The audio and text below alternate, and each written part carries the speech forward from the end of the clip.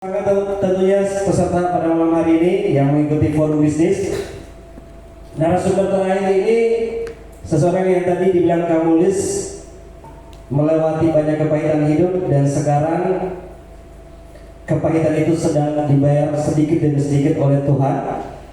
Dan untuk itu malam hari ini kita akan mendengarkan beberapa pandangan bagaimana melihat ekonomi ke depan sebagai seorang pengusaha dan juga bakal calon wakil kepala daerah. Kebetulan di sini semua sudah memilih. Mungkin bisa pemaparan tadi, kalau kamu tadi pemaparannya luar biasa. Saya yakin banyak yang terpengaruh. Tapi saya lebih yakin lagi kayak Irsat ini pasti akan lebih mempengaruhi lagi. Begitu ya. Baik, kami persilakan kepada Ketua Irsat Amir.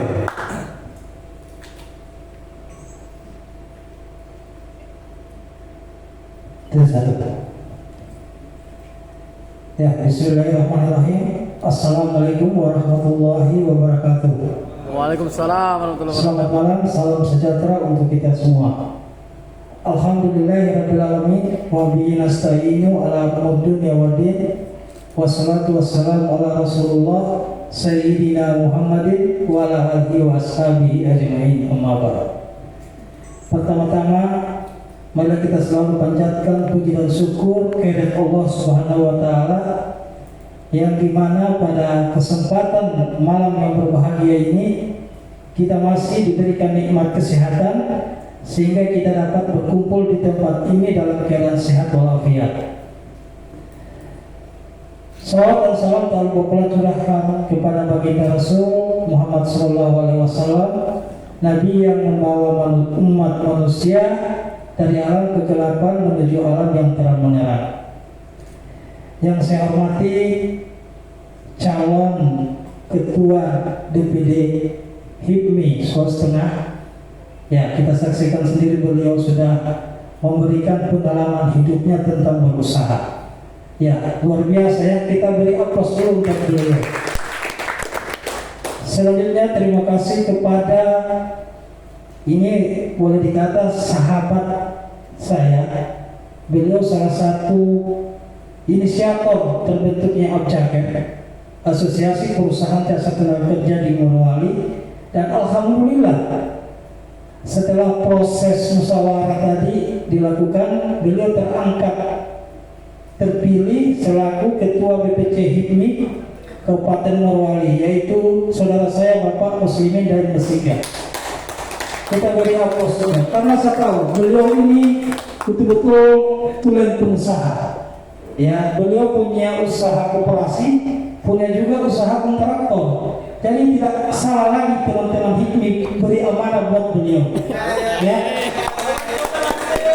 ya di sini juga ada ketua saya di Abjaker ya. Ini ada beberapa orang inisiator sampai terbentuknya asosiasi, yaitu saudara saya juga Bapak Iswanto. Beliau ini setiap ketika ada hal-hal yang kami diskusikan terkait regulasi perusahaan yang di dalam kawasan PT ini, beliau inilah otak Abjaker juga. Ya, ya, dan yang terus, ya saya juga banyak berdiskusi cerita pengalaman dalam berwirausaha. Saya selalu minta petuah ya atau petunjuk dari motivator kita, yaitu Kakanda Mukhlis Syafii. Luar biasa ya tentang ide gagasan beliau ketika insya Allah diberi amanah selaku calon wakil Bupati Kabupaten Morowali. Kita beri aplaus dulu untuk Kakanda Muslimin. Kakanda Mukhlis dulu. Ya, kalau kita berbicara ini kan persoalan bisnis yang kita akan kupas ya. Jadi sebenarnya kalau latar belakang pendidikan saya ini SIP ya, sarjana ilmu politik. Tapi saya diundang malam ini membahas tentang ekonomi Morowali 2025 ke depan. Ya. Tapi insya Allah kalau kita regenerasi ini harus selalu siap. Dimanapun kita diundang, kalau kita selaku regenerasi calon pemimpin Morowali, kita harus siap. Ya, Jadi kalau kita berbicara persoalan pertumbuhan ekonomi, di situ ada konsep, kita harus paham dulu sebenarnya. Konsep pertumbuhan ekonomi itu apa? Ya, ini sudah di dosen ekonomi saya. Pertumbuhan ekonomi itu apa? Di situ ada aktivitas, ya, atau kegiatan-kegiatan ekonomi yang dilakukan, entah itu dari lembaga pemerintah, lembaga swasta, atau individu, ya, atau perorangan. Jadi berbicara persoalan pertumbuhan ekonomi itu ada aktivitas atau kegiatan di dalamnya, ya. Minta maaf ada mahasiswa, ya, sebentar kita diskusi. Jadi setelah ada aktivitas, dia akan melahirkan dua, ada jasa dan output namanya, ya, barang dan jasa. Berarti dalam aktivitas itu kita menghasilkan jasa dengan barang, ya. Nah, itu yang disebut dengan ekonomi. Jadi kita lihat Morowali hari ini, ya, dengan hadirnya investasi, ya, kita melihat 20 tahun kemarin bagaimana Morowali sebelum adanya investasi dibandingkan dengan hari ini, ya. Jadi teman-teman pengusaha, betapa ruginya kita ketika kita tidak mengambil bagian dengan hadirnya investasi di Morowali, ya. Apakah kita hanya menjadi penonton di kampung kita sendiri, ya? Apakah kita hanya melihat orang-orang luar berinvestasi, kita hanya jadi penonton? Itu yang harus kita pahami dulu, ya. Jadi maksud saya, dengan hadirnya investasi di Morowali, peluang-peluang usaha itu kita sendiri yang mencari, ya. Ya, kalau saya cerita punya pengalaman usaha, ya, di sini Kak Iswanto itu tahu persis bagaimana perjalanan usaha saya. Jadi maksud saya, kita yang hari ini selaku pengusaha di Morowali, kita harus betul-betul memanfaatkan investasi yang ada. Faktor yang kendala pertama sebenarnya, ya, yang menjadi permasalahan kita hari ini, bagaimana usaha kita yang berjalan ini supaya bisa berjalan, ya. Di situ ada namanya permodalan, ya. Jadi rata-rata kendala kita dalam berusaha itu adalah faktor modal. Maka perlu hadir pemerintah daerah, ya. Maka perlu hadir pemerintah daerah untuk mensupport pengusaha-pengusaha, apakah itu pengusaha UMKM atau pengusaha kontraktor, ya, yang ada di kawasan atau bagaimana. Nah, jadi karena dalam pertumbuhan ekonomi itu ada beberapa faktor, ya, yang mempengaruhi lajunya pertumbuhan ekonomi di suatu wilayah. Yang pertama, ketika insya Allah mungkin saya diberi amanah umpamanya menjadi wakil bupati Kabupaten Morowali, itu yang pertama kita genjot itu persoalan sumber daya manusianya kita, ya. Biar sumber daya alamnya kita juga berlimpah.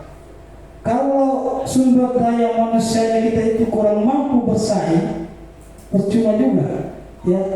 Jadi di sini perlu pemerintah daerah, hadirnya investasi, bagaimana caranya tenaga-tenaga kerja lokal ini bisa bekerja di